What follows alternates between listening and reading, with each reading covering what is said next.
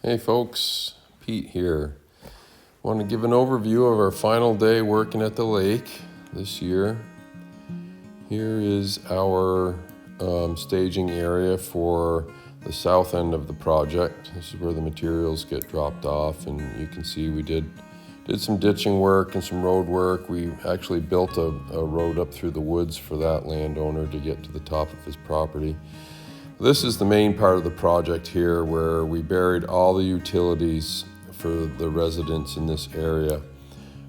Here you can see the large green vault there. That's actually a transformer that takes the 7200 volt underground power line and changes that to 240 volts, and then that goes under this road to the house that's at the top of the hill here.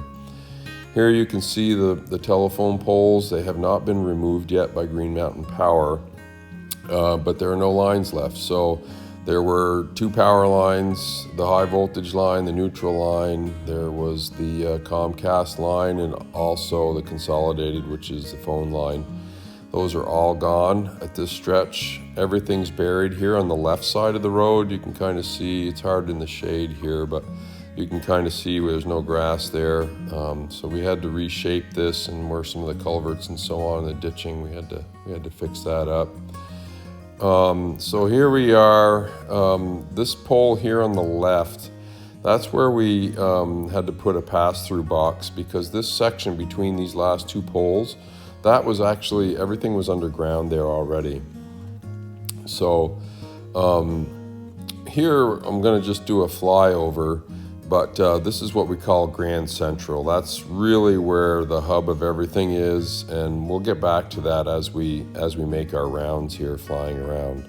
This house here, we dug the trench for the conduit up to the edge of the road, and then we had a company come and bore underneath the road to get all our conduits to the other side of the road here. This little shed used to be over here on the left side next to those small cedar trees. We moved that for them and then built this retaining wall to give them more parking area. And you can see at the base of the telephone pole, that's where the power comes in from the conduit from the boring company. And then we transferred it to the existing conduit that comes from the house. So now that's tied together underground. The small box behind there is from the cable company, I believe. That one is. And you'll notice that this telephone pole now is empty, other than the guy wires. There's still a guy wire going across the street overhead to hold everything in place, but that's all coming down. So the power used to come overhead across the road here, and then it would take a right and head north here, which is the direction I'm going now with the drone. It used to go overhead of this other residence property here, right up tight to these cedar trees.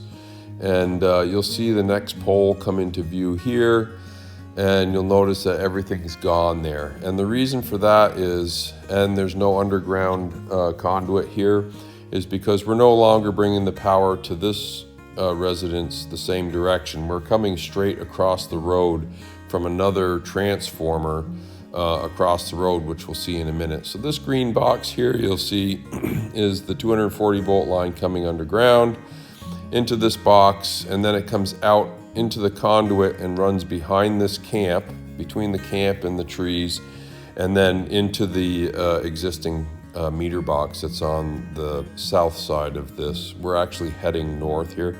The meter box is on the south end of this camp. So here I'm going up so that I can do a nice scan of the views from these properties here. It's a beautiful spot on Lake Champlain, and really that's the reasoning for us doing this project for all these folks, is these above ground power lines were really interfering with the views. So everything's going underground. All the poles will be coming out.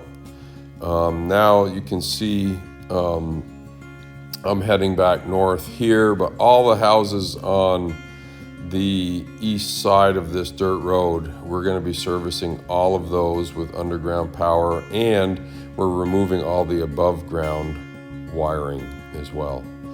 So here the lines got bored under the road here, and then we took those lines and buried them up to this pole here. Again, there's a transformer from the 7200 volt line down to 240 to feed the camp we were just looking at, and also to feed to the top of the screen that brown house. The other two boxes there are cable and phone. Now here you'll see there's the telephone line is still on the poles here. When I videoed this, they hadn't been out to remove those yet. But this is as far north as we went for this year. And that's why you can see everything still above ground on the right side of this pole, but everything goes underground to the left of this pole in this trench that we had dug.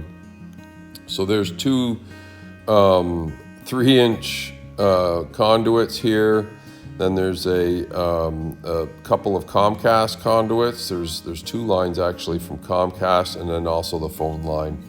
And there's actually a spare 3-inch line in there as well. So the high voltage line comes into this transformer to feed the camp across the street and the camp underneath the drone. Then you'll notice to the left of that transformer, there's no ditch anymore.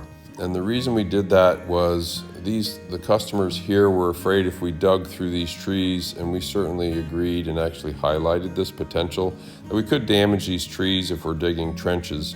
So we had the people that did the boring for us bore down under this road, down to the ledge, and follow the ledge all the way to that next transformer to the north. So here's Grand Central Station. There's two big green vaults here, one to the right of the telephone pole behind the bush. That is purely a pass-through and a 3-way connection of the high voltage line. One of those connections goes to the transformer to the left of the pole, which gets transformed down to low voltage and feeds the beige house across the street. The brown house just to the south of that house, it feeds the camp, the cabin to the left, which you'll see in a minute, and then right directly under the drone there's a barn that we're passing over. It feeds those. But one of those 3 high voltage lines and the cable and internet and phone follow this trench over behind this little camp and this gray house and come up this pole here. Now this is as far to the south as we're going, so you'll see that everything to the left is still on the pole overhead, but only that one phone line that's coming down is to the right. So the high power line goes up this pole to this transformer at the top and then feeds the gray house overhead, but it also feeds back down through the conduit around the back side of this garage to the little green camp to the north, just off to the right here. So that's as far to the south as we're headed. We're going to be going further to the north. There's the barn that I talked about that has the power and cable, phone, internet, everything that runs into that. So this was the last day, so I thought I would take a quick video of the last 2 pieces of equipment to come out of there. The 145 is actually staying at the job site over the winter. But my little Hyundai 35 there, we took that home. That's my F-250 with a Power Stroke. Here we have Zach's High Country with his new this year. We got this ASV 7500 HD to replace the old 80 that we had that was starting to cause some problems. We had some coolant leaks, some oil leaks, some hydraulic leaks. It was getting unreliable. It was 20 years old, so we decided to make that upgrade, and this machine is just amazing. We both enjoy it very, very much. So here's the barn that I was talking about, and this is a really special building. We did all the site work, the foundation work. We ran power, sewer, water, phone, internet, everything up to this building. And we also laid about 12,000 feet of Kentucky bluegrass sod around this building, which it's pretty obvious where that sod starts and stops. It came out absolutely beautiful, but that was a tremendous amount of work. That is a wrap for this year, folks. We'll see you next year. I may post a couple extra videos.